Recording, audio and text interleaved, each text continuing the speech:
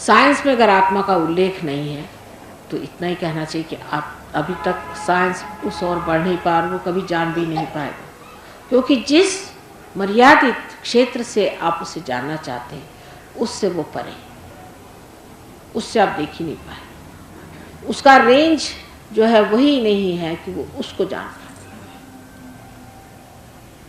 सो इस मशीनरी का जो रेंज है वो बढ़ाना पड़ेगा, और उस रेंज को बढ़ाते वक्त अगर हम कहें कि इसमें आत्मा की दृष्टि जब तक नहीं आएगी तब तक कार्य नहीं हो सकता, तो आपको मान्य करना चाहिए कि वो हमें प्राप्त हो। जैसे हम देखते हैं एक साहब के पास बड़ा अच्छा माइक्रोस्कोप है, उससे वो देखता है कि हर एक पेशियाँ कैसी हैं और उसमें रक्त का चलन वलन कैसा है, ये सब हम देखते रहते हैं। लेकिन जब देखते हैं कि दूसरे आदमी के पास कोई अच्छी मशीन है इससे भी ज़्यादा, तो हम चाहते हैं कि किसी तरह से इसे पा लें, हस्तगत कर लें। उसी प्रकार अगर एक मनुष्य देखता है कि दूसरे आदमी के पास कोई विशेष चीज़ है तो उसको इच्छा यही होनी चाहिए कि उस विशेष चीज़ को हम पा लें, लेकिन होता नहीं। आत्मा के बारे में ऐसा नहीं, क्योंकि मनुष्य यही जानना चाहता है कि जो आज मैं हूँ इसी से मुझे सब मिलना चाहिए, और इससे आगे मैं उठूं माने ये मेरे साथ अपना ही अनादर है। साइंस के मामले में ऐसा नहीं सोचता। साइंस के मामले में अमेरिका ने कुछ अन्वेषण किया तो वहाँ भागा जाएगा, तब नहीं सोचता कि हम हिंदुस्तानी, हम क्यों उनके पीछे भागे। कुछ अगर रशिया ने किया तो उसके पीछे भागा जाएगा। लेकिन कुछ अगर अन्वेषण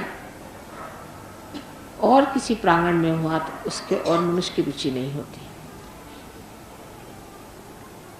बाहर के पेड़ के बारे में मनुष्य सब जानता है, लेकिन इसके मूल के बारे में कुछ नहीं जानता, और उसके मूल को जानने के लिए आपको सूक्ष्म होना पड़ेगा, और वो सूक्ष्मता आपको पाने के लिए नम्रता चाहिए।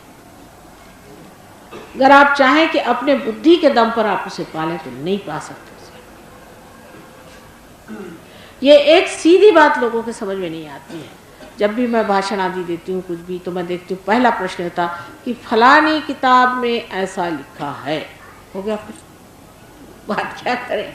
अरे भाई, जो भी लिखा वो आपके बुद्धि से तो आकलन नहीं होने वाला, उसको आप नहीं समझ पाएंगे। हम कह रहे हैं कि नहीं समझ पाएंगे, तो समझ लीजिए बगैर चश्मे के हमें नहीं दिखाई देता, तो हमें चश्मा लगाना ज़रूरी है, ये तो बात हमारे समझ में आती। और अगर आत्मा के सिवा हम परमात्मा को नहीं समझ पाते तो आत्मा को पाना चाहिए। सीधी सादी बात क्यों नहीं समझ में आनी चाहिए? उसमें शंका कुशंका करने से क्या आप सत्य को खोज पाए? अगर आप वास्तव में सत्य के पुजारी हैं और वाकई आप सत्य को जानना चाहते हैं तो सबसे पहले नम्रता होनी चाहिए कि अभी तक हमने सत्य को पाया नहीं है।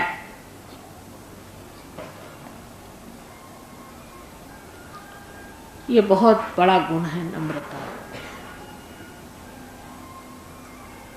मनुष्य कुछ भी सीख लेता है लेकिन नम्रता नहीं सीख पाता।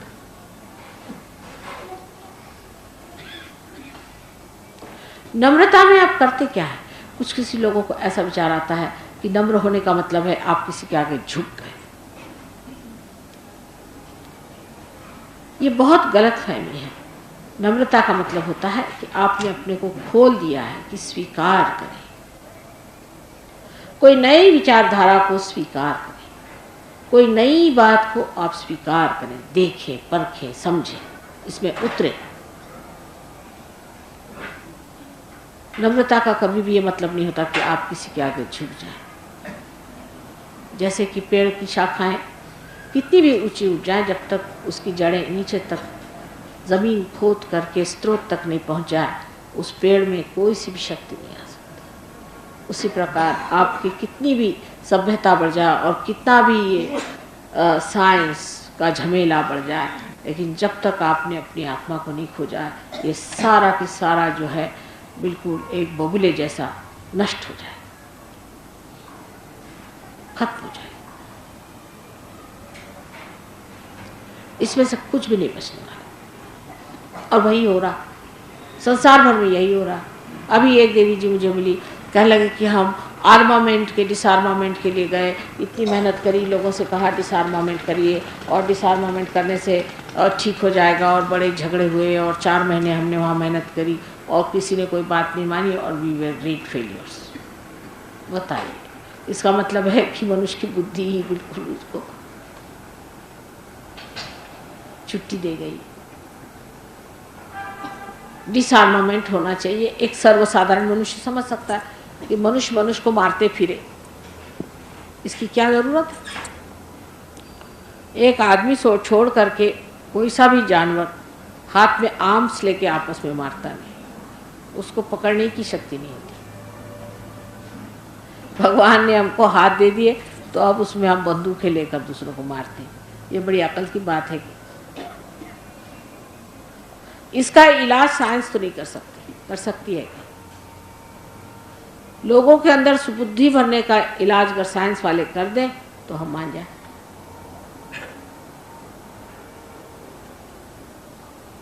किसी के अंदर भी सुज्ञता नहीं आ सकती साइंस से, चाहे वो बनाना चाहे तो एटम बॉम्ब बना दे और चाहे वो तो एक आधा अच्छा अस्पताल भी बना सकता, पर ये चाहने पर है। ये कोई अचल चीज़ नहीं है, ये चलायमान है। आज वो बड़ा अस्पताल बनाएगा, बड़ा भारी एक रुग्णालय बनाएगा, वहाँ हज़ारों लोगों को वो ठीक करेगा और उसके बाद एक दिन अकस्मात उसी पे बॉम्ब गिरा के उसका सर्वनाश भी कर सकता है। कोई आप उसकी गारंटी नहीं दे सकते। क्या साइंस इसकी गारंटी देता है कि जो आदमी आज साइंस की वजह से अच्छा काम कर रहा है कल उसका विध्वंस नहीं करेगा? मनुष्य की कोई गारंटी आप दे सकते हैं क्या साइंस?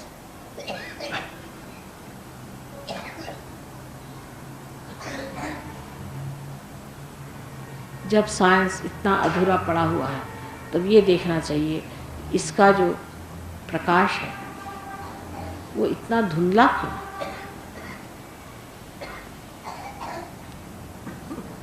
इसके प्रकाश में इंसान कभी तो डगर पे खड़ा नजर आता है और कभी खाई में गिर जाता है, ऐसा? और जब तक मनुष्य समर्थ नहीं होता है, जब तक मनुष्य में सत्य की प्रेरणा बलवती नहीं होती है, तब तक आप चाहे दुनिया का कोई सा सोशल वर्क, पॉलिटिकल वर्क, कोई सा भी बुद्धि से कर लीजिए, उसका कोई भी ठिकाना नहीं। आज आप आसमान में बैठेंगे, कल आप नदी में डूबेंगे, क्योंकि साइंस किसी भी मनुष्य को समर्थ नहीं बना और बना नहीं सकता। अहंकार से मनुष्य कभी भी समर्थ नहीं हो सकता। सम अर्थ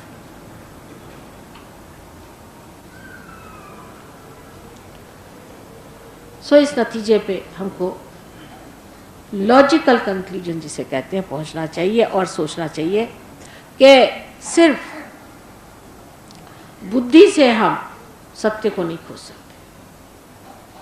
बुद्धि से ये बता सकते हैं कि यहाँ सफ़ेद चादर बिछी है, खादी की चादर है, बस, और क्या? और कहाँ तक जाएंगे हम?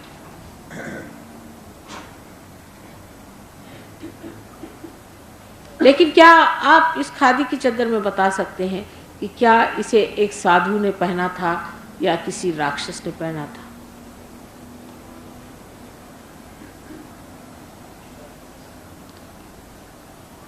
साइंस से तो आप ये भी नहीं बता सकते हैं कि ये इंसान राक्षस है कि मनुष्य है, और ये भी नहीं कह सकते कि आज तो मनुष्य लग रहा है, कल भूत बन के सर पे सवार हो जाए तो पता नहीं। किसी चीज़ का कोई ठिकाना नहीं, सब चीज़ चलायमान है, अस्थिर है। इसीलिए आज कल युग में कहते हैं कि पूर्णतया मनुष्य भ्रांति में, कन्फ्यूजन। और इस कोलाहल में मनुष्य जब सोचता है कि अरे भाई ये तो आज कल युग आ गया, अब इसमें माता जी क्या बात करें, अब तो कल युग में ऐसा ही होता है, तो कल युग है, मैंने एक गारंटी हो गई हर चीज़ की, अब कल युग है, अब इसमें अगर ये काम नहीं करी तो कैसे होगा, तो करना ही पड़ेगा, ये तो कल युग आ गया। इसमें जो है अगर इस रास्ते से नहीं चले तो काम ही नहीं बनने वाला, यही रास्ता है, कल युग है। कल युग में आप कैसे भी मुड़ते रहिए, अपने रास्ते किधर से चलिए, किसी तरह से आप दाएं बाएं घूमते रहिए, किसी तरह से आप जीते रहिए। ऐसा मनुष्य कॉम्प्रोमाइज़ पे रहता है, क्योंकि स्थिर जो मूल्य थे वो खत्म हो जाते हैं। जब मनुष्य भ्रांत हो जाता है तो उसके स्थिर मूल्य जरूर खत्म हो जाए। जब युद्ध ने ललकारा और जब यूरोपीय देशों में युद्ध छा गया, जब लोगों की इतनी दुर्दशा हो गई, तो वहाँ के जो मूल्य थे वो बहुत कम खत्म हो गए, करीबन खत्म से। क्योंकि जब सभी चीज़ डगमग डोलने लग गई तब लोगों को समझ ही नहीं आया कि अब किस चीज़ को पकड़े। इस चीज़ को पकड़े तो ये डगडगा रही, उस चीज़ को पकड़े तो वो डगडगा रही। लेकिन तब ये विचार मनुष्य के मन में आना चाहिए कि हो सकता है कि हमने उस चीज़ को पकड़ा ही नहीं जो स्थिर और अचल है। ऐसा मन में विचार तो उठना ही चाहिए। हर एक बुद्धिवादी के मन में ये विचार तो उठना ही चाहिए। बेटे इधर बैठ जाओ, वहाँ बड़ा ठंडा है, इधर आओ, यहाँ पे बहुत जगह है, बड़ा ठंडा, बाहर मत बैठो, आओ इधर बैठ जाओ, बाहर नहीं बैठो, आगे यहाँ आके बैठ जाओ, आगे आ जाइए आप लोग। तो बैठे तो मैं आराम से बात नहीं कर पाऊंगी अगर सब लोग बाहर बैठो। यहाँ बैठो ना, क्या इस पर कुछ बिछा लो, ये अच्छी चीज़, बाहर मत बैठो।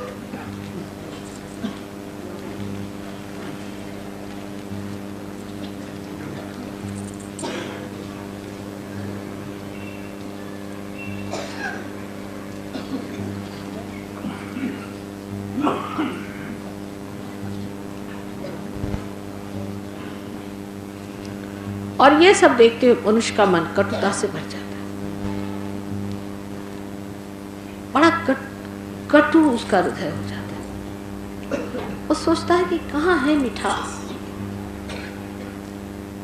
कहाँ है प्यार, किसी तरह जीना ही तो रह गया है। कोई अपनी गला घुटता है तो कोई दूसरे का गला घुटता है, और इसके उत्तर में हजारों लोग हजारों बातें बताएंगे। कोई कहेगा इसका कारण है सामाजिक अव्यवस्था, कोई कहेगा राजकीय अव्यवस्था, कोई कहेगा कम्युनिज्म अच्छा, कोई कहेगा कैपिटलिज्म अच्छा, कोई कहेगा कुछ अच्छा, कोई कहेगा कुछ अच्छा, और लोग उसको चिपक भी जाए। कोई कम्युनिस्ट हो जाएगा तो कोई कैपिटलिस्ट हो जाएगा, कोई डेमोक्रेटिक हो जाएगा, कोई सोशलिस्ट हो जाएगा, तो कोई गरीब हो जाएगा, कोई अमीर हो जाएगा। मतलब कुछ ना कुछ ग्रुप बना करके वो सोचेगा कि ग्रुप बन के जी सकते। और संघर्ष, पूरी तरह संघर्ष, और इस संघर्ष में भी चाहते क्या है सो उनको पता नहीं। दलित दल है, कोई है वो आतताई दल है, अनेक कि दल बंदियां हो गई। लेकिन सब आपस में हम इंसान होते हुए ये दल कैसे बन गए, इसके पीछे का बड़ा भारी एक रहस्य है। और रहस्य ये है कि उस परमपिता परमात्मा के प्रेम को हम देख नहीं पाते, हम समझ नहीं पाते कि कितनी प्रेम से ये सृष्टि उसने तैयार किया। आप लोग तो एक बीज से एक पेड़ नहीं निकाल सकते, एक फूल से एक फल नहीं निकाल सकते।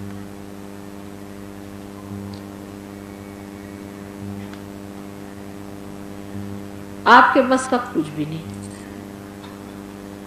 जरा सोचिए कितना परमात्मा ने हमें सौंदर्य दिया और कितना कुछ हमारे लिए कर दिया। इस आदमी ने ये भुला करके कि जिसने हमें बनाया, इतना बड़ा किया, एक अमीबा से इंसान बना दिया, उसके प्रति कोई भी कृतज्ञता नहीं, उधर कोई भी चित्त नहीं, उधर कोई भी विचार नहीं।